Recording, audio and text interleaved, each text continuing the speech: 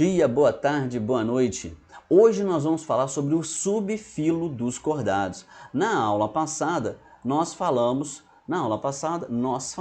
sobre as características gerais dos cordados. Hoje nós vamos falar sobre os subfilos, destacando cada um dos subfilos, ok? Então, bora para nossa aula. O primeiro subfilo que nós vamos falar é o subfilo Urocordata. O subfilo Urocordata é o subfilo das assídeas, como vocês viram na imagem. Animais sésseis quando adultos e de vida livre no estágio larval. Além disso, localizados desde as regiões polares até a região equatorial. Tamanho variável, pode ir de milímetros até 10 centímetros de comprimento. Eles podem viver isoladamente ou em colônias. Os seus exemplares mais comuns são as assídeas. A assídia é essa estrutura aqui que apresenta esses sifões de entrada e saída de água, tá? Ele é um animal filtrador. A gente olha assim, parece muito lá com uma esponja do mar, mas não é. Isso é um cordato, tá? Nossa, professor, isso tem esqueleto? Cara, calma aí que a gente vai falar sobre isso, beleza? Então, subfilo Urocordata. Eles apresentam uma estrutura que reveste o seu corpo, chamada de túnica. Essa túnica é essa estrutura alaranjada que está destacada aqui na imagem. Ela reveste todo o corpo do urocordato. É um polissacarídeo muito semelhante ao da celulose, que confere resistência ao corpo do animal, tá? Essa característica da presença dessa túnica acabou dando a esse grupo um nome também chamado de tunicados. Antigamente eles eram conhecidos como subfilo tunicata, por conta da presença dessa túnica, dessa camada de polissacarídeo, tá? Eles apresentam duas aberturas, um sifão bucal inalante e um sifão axial exalante. Então a água entra pelo sifão bucal, passa aqui pela estrutura das fendas branquiais e sai pelo sifão inalante. Como eu falei com vocês, esse animal ele é um animal filtrador. Ele acaba usando as estruturas branquiais como um filtro. Então, além dela funcionar como sistema respiratório, ela acaba também funcionando como um filtro, capturando ali zooplâncton, fitoplâncton, e o alimento então é levado para o estômago. Quando adultos, eles não possuem túbulo nervoso nem notocorda. Eles vão apresentar apenas fendas branquiais. Porque quando a gente fala das características principais dos cordados, é a presença do túbulo nervoso, notocorda, fenda branquial. Bom, o urocordado tem túbulo nervoso? Tem, na fase larval. Tem notocorda? Tem, na fase larval. Tem fenda branquial? Tem, em qualquer momento da vida dele, ele vai apresentar as fendas branquiais. Então, a notocorda restrita à cauda das larvas, tá? Daí o nome do subfilo uro, que vem de cauda, e cordata, que vem de notocorda, ou seja, é aquele que tem notocorda quando tem cauda, tá? Então, durante o processo de metamorfose, a cauda regride e a notocorda desaparece junto. E o túbulo neural? Bom, o túbulo neural ele vai ficar na forma de uma estrutura neurológica, de um gânglio neurológico próximo da faringe do animal. A gente vai destacar isso daqui a pouquinho. Aqui, ó. Então, o sistema nervoso, que é aquela notocorda, acaba se formando, dando origem apenas a esse gânglio nervoso aqui, olha, apenas ao gânglio nervoso, enquanto que, quando você está falando da fase larval, o túbulo neural vai desde o início do animal, passando até o final da cauda. À medida que a cauda regride durante o processo de metamorfose, o túbulo neural também regride. A notocorda desaparece por sua vez, mas o túbulo neural acaba se convertendo num gânglio nervoso. Então, prestando atenção que o animal possui tanto notocorda quanto túbulo neural. O que acontece é que a notocorda desaparece na fase larval e o túbulo neural ele acaba se convertendo num gânglio nervoso localizado aqui, olha, próximo à faringe do animal. sistema circulatório dessa galera é um sistema circulatório aberto. Como nós já falamos, tá? O que vai acontecer? O sangue é bombeado, o sangue vai ser bombeado, porém, na verdade, ele se espalha ao longo do tecido do corpo do animal. O sangue não passa somente dentro dos vasos sanguíneos. O sistema respiratório é branquial, como a gente já destacou várias vezes pelas fendas branquiais bem destacadas aqui, ok? O sistema digestório desse animal é completo com a presença de boca e o ânus. A boca é o sifão inalante e o ânus está localizado na saída do sifão exalante. O alimento ele vem junto com a água, como eu falei no início da aula, ele é um filtrador. Então a água passa pelas fendas branquiais, sai pelo sifão exalante, o alimento retido aqui ele é deglutido, jogado para o estômago, onde vai ser digerido, os nutrientes vão ser absorvidos e o restante do alimento não digerido é eliminado pelo ânus logo na saída do sifão exalante. A maioria das espécies ela é monoica, ou seja, ela é hermafrodita, ela vai apresentar os dois sexos. Aqui, olha, você tem aqui a estrutura do ovário e a estrutura do testículo, uma localizada em cima da outra, tá vendo? O próximo subfilo que a gente vai falar é o subfilo Cephalocordata, que é o subfilo do anfioxo. O subfilo Cephalocordata, os animais são marinhos, de corpo achatado lateralmente,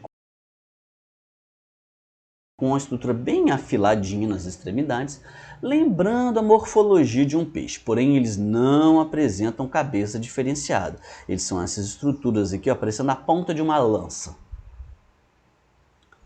Eles apresentam notocorda e túbulo neural durante toda a fase do animal. A notocorda está bem destacada aqui, olha, notocordas, estão vendo aqui ao longo do corpo do animal, tá? E o túbulo nervoso logo acima da notocorda, tá? Ao longo também do corpo do animal.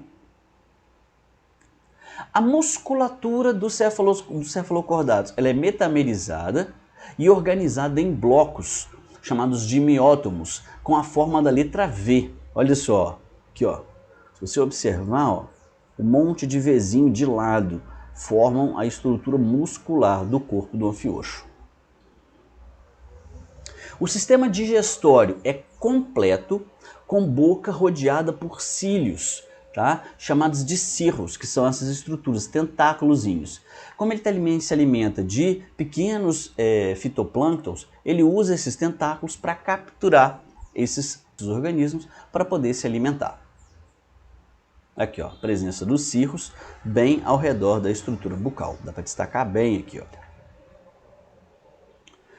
Eles são dioicos com a presença de fase larval, ou seja, você vai ter o anfioxo macho, você tem o anfioxo fêmea, e após a fecundação ele vai ter a presença do que a gente chama de fase larval para depois chegar na fase adulta, tá?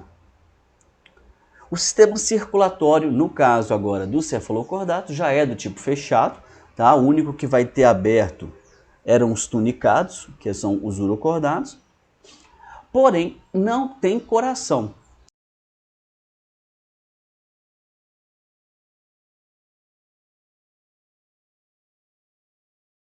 Como eles não têm coração, professor? Na verdade, os vasos sanguíneos, eles têm um papel de contração. Então eles vão ter essas hortas aqui dorsais, olha aqui, olha, próximo local das fendas faringianas, elas é que pulsionam como se fossem corações, tá? E bombeiam o sangue ao longo do corpo do animal. O sistema respiratório do animal é branquial e não há pigmentos respiratórios. O sangue é um sangue incolor.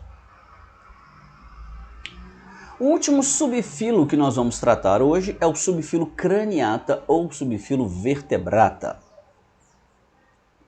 Então, subfilo craniata.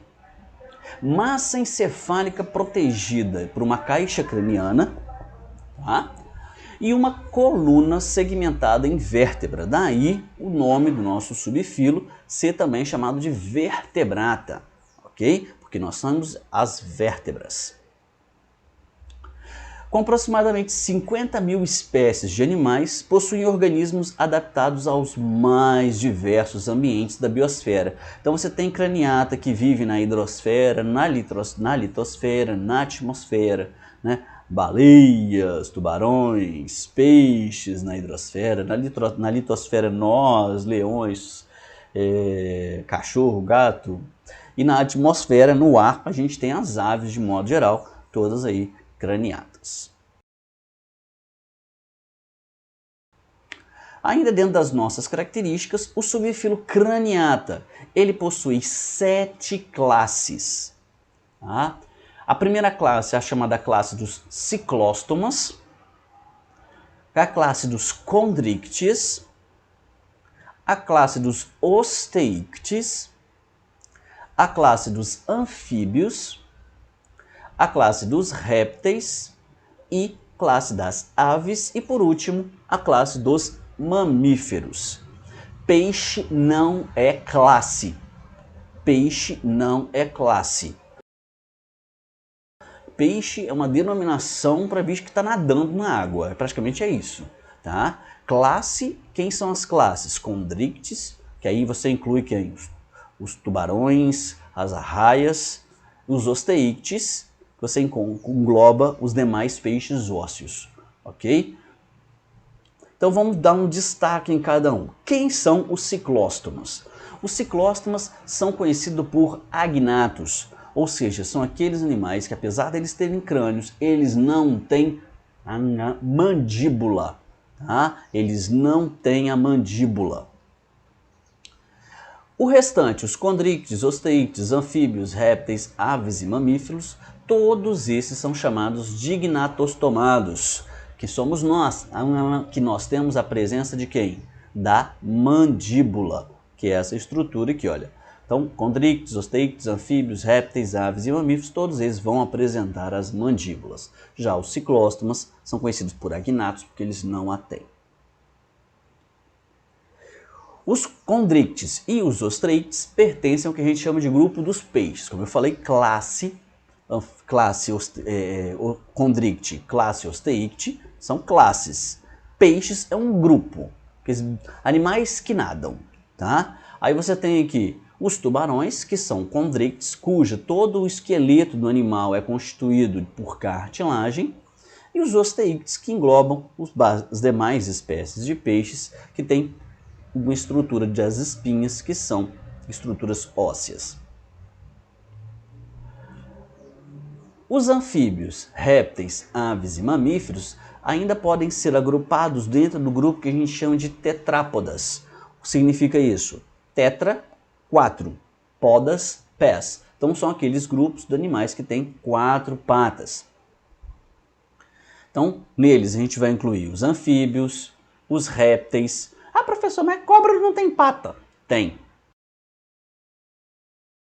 Tá? Você não vê a pata dela, mas se você tirar uma radiografia da coluna vertebral dela, as patas estão localizadas dentro, praticamente misturadas junto com a coluna, então você vê os ossículos das patas dos répteis, principalmente das cobras, né? Que os outros répteis vão ter as 4 patas. Mas a cobra tem sim os ossículos que formam as patas. Eles perderam essa capacidade, até como uma forma de adaptação, tá? Rastejar melhor, tá? Isso foi durante o processo evolutivo, houve uma perda, tá, dessas patas, tá? Mas toda a estrutura das patas ainda estão lá presentes nas serpentes e cobras de modo geral. As aves e os mamíferos, que são também tetrápodas, beleza? Bom, na nossa próxima aula, tá? Era isso só hoje sobre subfilos. Na nossa próxima aula nós iniciaremos destrinchando cada uma das classes, tá? Então nós vamos trabalhar cada uma das classes pertencentes ao subfilo Vertebrata. Então a gente vai trabalhar cada uma das classes do subfilo Vertebrata. Então não deixe de se inscrever no canal para não perder essas aulas, beleza? Tranquilo? Dê o seu like aí e eu espero vocês no nosso próximo encontro. Valeu!